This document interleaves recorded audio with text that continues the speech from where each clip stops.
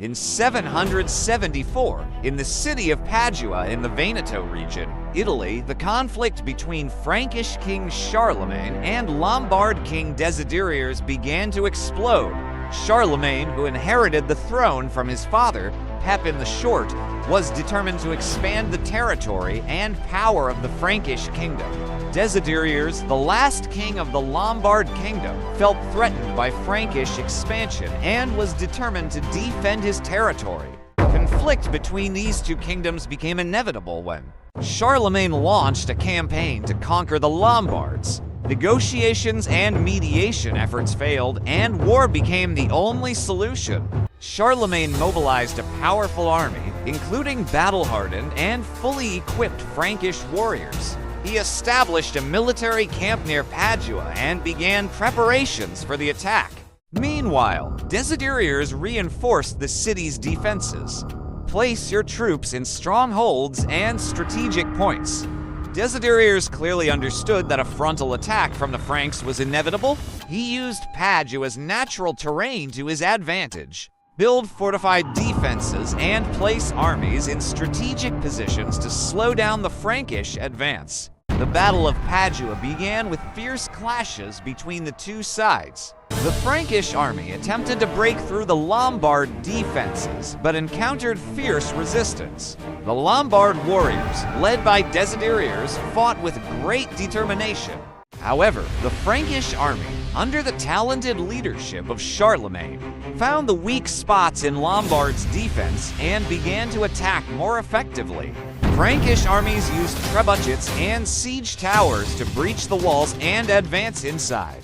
Despite many difficulties and losses, Charlemagne and his army did not give up. They continued to attack with perseverance and clever tactics. Finally, after many days of intense fighting, the Frankish army succeeded in breaking down the last Lombard defenses. Frankish soldiers stormed the city of Padua, creating a scene of chaos and bloodshed. Desiderius and his remaining soldiers were forced to retreat into safer areas. Despite his defeat at Padua, Desiderius did not completely give up hope. He retreated to Pavia, the Lombard capital, to prepare for the final war.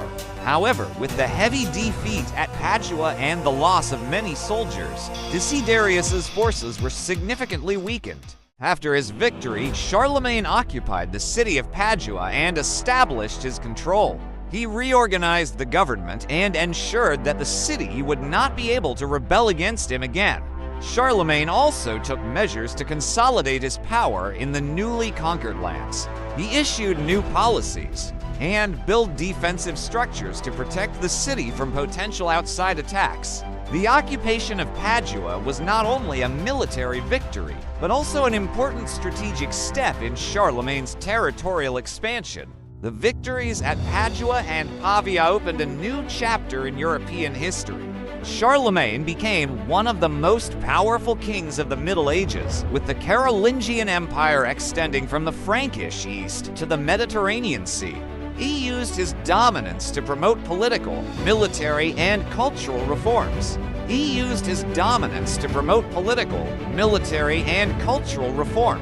Under the leadership of Charlemagne, the Carolingian Empire experienced a period of great prosperity and development, becoming one of the most advanced civilizations of its time.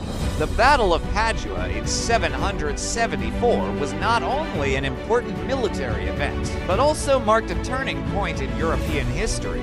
It consolidated Charlemagne's power and laid the foundation for the development of the Carolingian Empire. Charlemagne's legacy and his victories, including the battle at Padua, have profoundly influenced European history, reshaping the political and cultural map of the continent for centuries to come. His reforms and achievements in building a strong and unified empire left a deep and lasting mark.